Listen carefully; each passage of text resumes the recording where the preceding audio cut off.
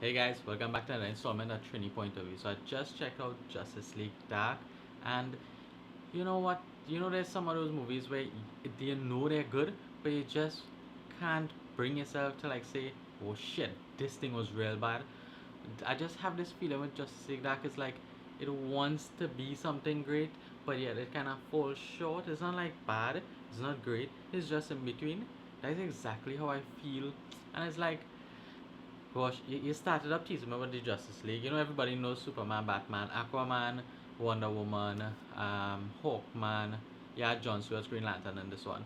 And I kind of got excited as it started because I felt like I was in the mainstream Justice League where they kind of just took me out of Justice League Dark. That's what I kind of felt. I felt like I was kind of teased with Justice League, and then they kind of just yanked me out of it because I knew, and yeah, come on, the name of the movie is Justice League Dark, so you knew that you were getting something different. And by teasing us with the mainstream Justice League, I feel like I was kind of duped for like the first 3 minutes. But at that aside, like the transition from mainstream Justice League to Justice League Dark with the opening credits was kind of cool. It was done subtly, but yet with like uh, I don't know how to put it. It's like with like a club over the head at the same time it's like, yo, you're going to deal with Constantine no matter what. So that was kind of cool, but at the same time it wasn't cool because I still kind of hooked on, Flash, Superman, Wonder Woman. That's like, like the entire Trinity. Just getting a glimpse of them. I wanted more of that. Now that aside, when we got to the Justice League Dark stuff, it was cool to see Constantine, and he was voiced by the live action Constantine from the TV series. It was cool to see Zatanna. It was cool to see his dead man is his name and his quick background story.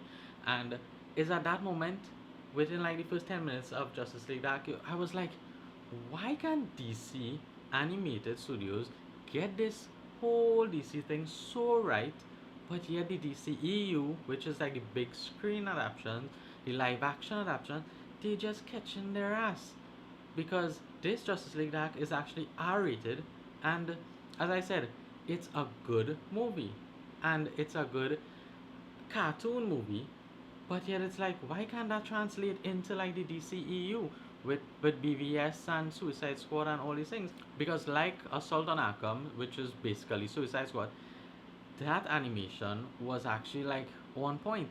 That was hooked from the time you actually started the movie. You didn't want to stop. Like, and with Justice League Dark, I probably paused it like 4 or 5 times to check my WhatsApp, check Facebook, and these different things. But with like those movies, it was like these things are so good. Why can't you all translate into the DCEU and do your movies right? Why is there so many rewrites on Flash and so many different stories coming out about Wonder Woman and all these different things?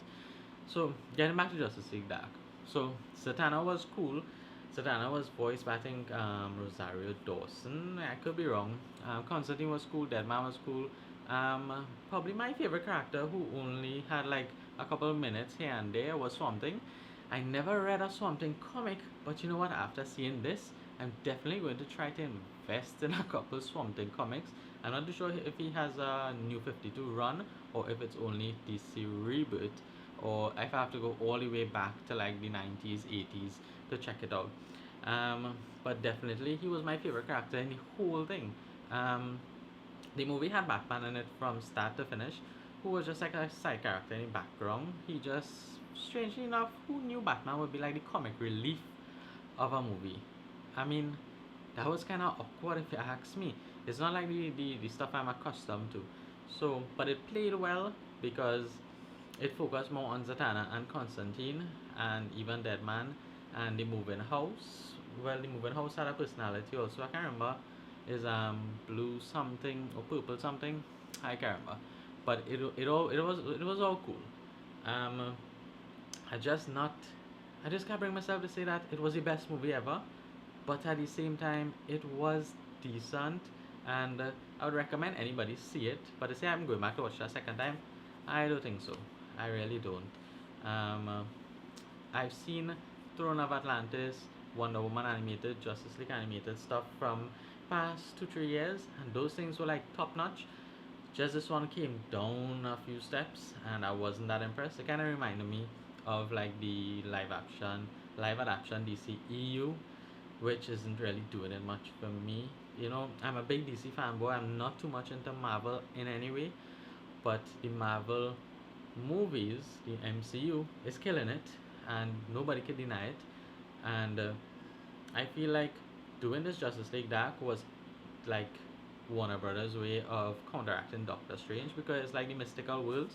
So it definitely, while watching, I was like, you know what, this is like DC's answer to Doctor Strange, and it just wasn't doing it. Like Doctor Strange was like leaps and bounds ahead. So yeah, basically, if you have time to spare and you want to check it out because you're a big DC fanboy, if you're a fan of Swamp Thing, definitely check this out. He has like 5 minutes altogether in the movie, but it's worth it. Um, they always say that a movie is only good as its villain, and I feel like this villain was kinda weak. I'm not too sure. Um, Suicide Squad, Throne of Atlantis, all those other DC animated films, they had better villains. So it just wasn't all that. I think they probably could have done a better job if they stuck with some Justice League Dark material from the comics instead of trying to change it around. As I say, I'm not too familiar with the lore of Justice League Dark, but it's I don't know. I'm just like here. I'm not here. I'm not here. I'm just like here. So it's like a 5 out of 10, just because. Oh, you know what? And all. For some reason, with Constantine, when I was watching the movie, like the actual sketching of it, I know this is all done on computers and thing, but the lines on Constantine, you could tell that it was just like a, you know, like how when you go into exams, they tell you to use a 2B pencil. Yeah, you could see like those lines were just thicker than the lines used on Batman or Zatanna or Superman, Wonder Woman.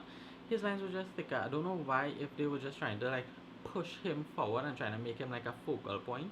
You know, like when you could actually focus in on the foreground and blur the background just without any blurring. They just try to make his lines thicker. So that was just kind of awkward.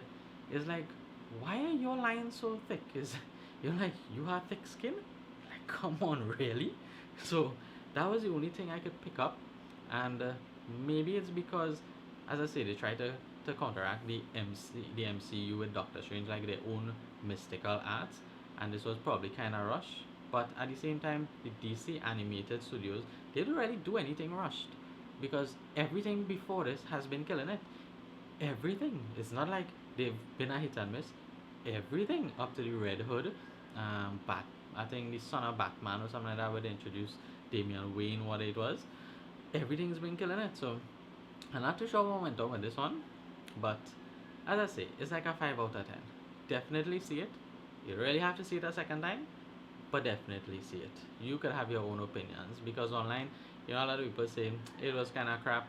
People liked it because it was R-rated. It had some little curse, was like ass and them kind of thing in it, and it had a lot of blood and gore in it, which is suitable for a movie called Justice League Dark. So basically, you see it and you decide for yourself, because don't take anybody's word for it. This is one of those movies that is going to be very divisive when it comes to if you like it, if you hate it, or if you love it. It's just going to be like in between.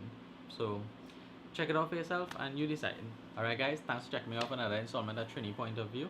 I haven't been doing much reviews lately. I've been under the weather, so hopefully as the days go by, I want to do a review for Sleepless this week, so check that out for sure. I heard Jamie Foxx is killing it in that one. And as the weeks go by, I'm going to stick to my word where I'm going to try to push out one video a week for the least. And hope you guys check me out later.